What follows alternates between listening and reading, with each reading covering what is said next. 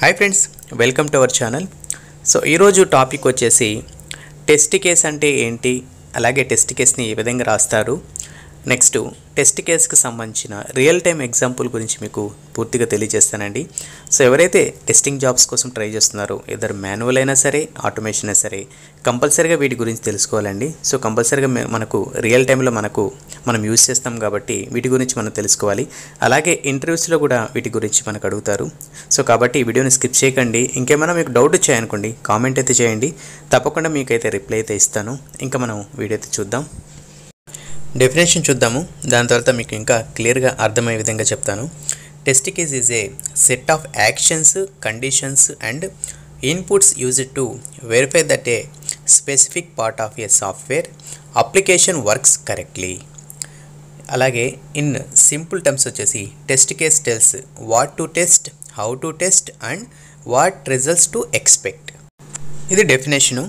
So సింపుల్గా చెప్పాలంటే ఏం లేదండి, టెస్ట్ కేస్ అంటే ఏంటంటే మనకు సెట్ ఆఫ్ రూల్స్ ఉంటాయి, మనకు కండిషన్స్ ఉంటాయి, ఓకేనా. సో ఇది పక్కన పెట్టినట్టయితే ఒక సాఫ్ట్వేర్లో ఒక పార్ట్ని టెస్ట్ చేయాలనుకోండి, ఆ పార్ట్ని టెస్ట్ చేయడానికి మనము టెస్ట్ కేసెస్ రాసుకుంటామండి. సో ఎవరైనా టెస్ట్ ఇంజనీర్ కానీ టెస్ట్ చేయడానికి వెళ్ళే ముందు మీరు ఏం చేసుకోవాలంటే, సో ఈ ఫ్యూచర్ని నేను టెస్ట్ చేయాలంటే దీనికి టెస్ట్ కేసెస్ ఉన్నాయా లేదా అనేది చెక్ చేసుకోవాలి.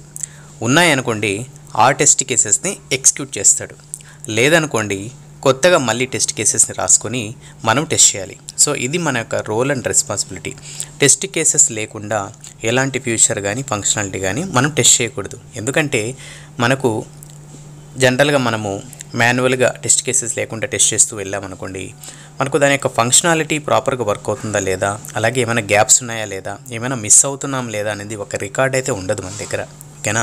సో ఎప్పుడు అలా చేయకూడదు. కాబట్టి టెస్ట్ కేసెస్ అనేవి మ్యాండేటరీ, కంపల్సరీగా ఆ టెస్ట్ కేసెస్ని మనం ఎగ్జిక్యూట్ చేయాలి, అప్డేట్ చేయాలి.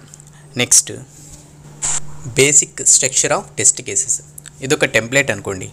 ఇందాక మనం మాట్లాడుకున్నాం కదా, సెట్ ఆఫ్ కండిషన్స్ అని రూల్స్ అని ఉంటాయని కదా, ఇదే ప్రాసెస్. మనం ఇక్కడ చూసుకున్నట్టయితే టెస్ట్ కేస్ ఐడి ఉంటుందండి, యూనిక్ ఐడి ఉంటుంది. సో మన టెస్ట్ కేసెస్ని మనము బగ్జిల్లాలో కానీ, అలాగే మనకు టీఎఫ్ఎస్లో కానీ, సో వీటిని మనము టెస్ట్ కేసెస్ రాసుకుంటాము. టెస్ట్ కేస్ మీరు రాసినప్పుడు ఒక యూనిక్ ఐడి క్రియేట్ అవుతుంది. ఈ ఐడి ద్వారా మనము ఫ్యూచర్లో కూడా సెర్చ్ చేసి ఐడితో ఆ టెస్ట్ కేస్ని మనము చెక్ చేసుకోవచ్చు. Next test scenario. Test scenario అంటే ఏంటి? What feature or function you are testing. So వాటికి సంబంధించిన ఇన్ఫర్మేషను. Test steps. సో డీటెయిల్గా మనము స్టెప్స్ రాయాలి. సో ఆ స్టెప్స్ ఇవేంటి అనే దాని గురించి మీకు నెక్స్ట్ స్లైడ్లో చెప్తాను. సో ఇది జస్ట్ ఒక టెంప్లెట్ అనుకోండి. Next test data. మనకు డేటా ఉంటేనే కదా మనం టెస్ట్ చేయగలము. సో కాబట్టి డేటా అనేది ప్రిపేర్ చేసుకోవాలి. Expect results. సో మీరు ఈ టెస్ట్ కేసు ఎగ్జిక్యూట్ చేసినప్పుడు మీరు ఎలాంటి రిజల్ట్స్ని ఎక్స్పెక్ట్ చేస్తున్నారు అనేది రాయాలి.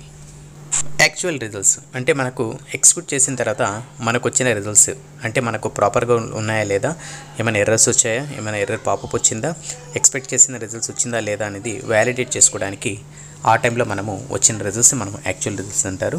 నెక్స్ట్ ఆ టెస్ట్ కేస్ అనేది పాస్ అయిందా ఫెయిల్ అయిందా, అంటే మనము వచ్చిన రిజల్ట్స్ ఎక్స్పెక్ట్ ఏదైతే చేస్తున్నామో దానికి మ్యాచ్ అయిందా లేదా అని చెక్ చేసుకోవాలి. మ్యాచ్ అయితే పాస్ అని చేస్తాము, లేదనుకోండి ఫెయిల్డ్ చేసి ఆ టెస్ట్కి సంబంధించిన ఒక బగ్ని క్రియేట్ చేసి రెస్పెక్టివ్ డెవలపర్కి అసైన్ చేస్తాము. ఇంకా మనకు ఒక రియల్ టైము ఒక టెస్ట్ కేస్ అయితే చెప్తాను. ఇక్కడ ఎగ్జాంపుల్ అయితే చూడండి. టెస్ట్ కేస్ ఐడి అనేది మనకు యూనిక్గా ఉంటుంది. ఇక్కడ మనము లాగిన్ పేజ్ని టెస్ట్ చేయడానికి టెస్ట్ కేసెస్ని రాస్తున్నాము.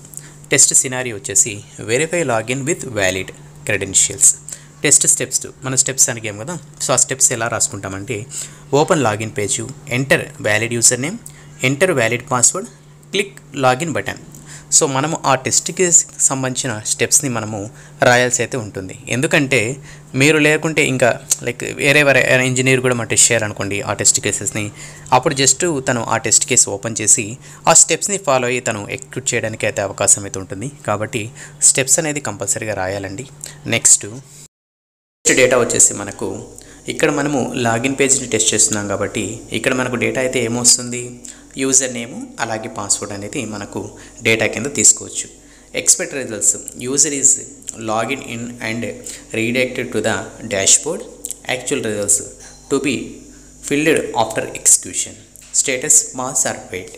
సో ఇది మనము ఎక్స్పెక్ట్ రిజల్ట్స్ ఏంటి, యాక్చువల్ రిజల్ట్స్ ఏంటి, టెస్ట్ కేస్ యొక్క స్టేటస్ ఫెయిల్ అయిందా పాస్ అనేది మనం రాసుకోవాలి.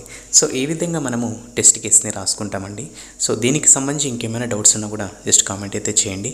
అలాగే మన ఛానల్లో సాఫ్ట్వేర్ టెస్టింగ్కి సంబంధించిన చాలా వీడియోస్ ఉన్నాయి, అవి కూడా మీకు చాలా యూస్ అవుతాయి. ఒకసారి చెక్ చేయండి. ఇంకేమైనా టాపిక్స్ మిస్ అయినా కూడా తప్పకుండా నేనైతే వీడియో అయితే చేస్తాను. ఈ వీడియో మీకు నచ్చినట్టయితే అలాగే మీకు యూస్ అవుతుంది అనుకుంటే జస్ట్ లైక్ చేయండి. తప్పకుండా మీ ఫ్రెండ్స్ కూడా షేర్ చేయండి. మన ఛానల్ని సబ్స్క్రైబ్ అయితే చేసుకోండి. ఇలాంటి వీడియోస్ అయితే చేస్తూ ఉంటాను.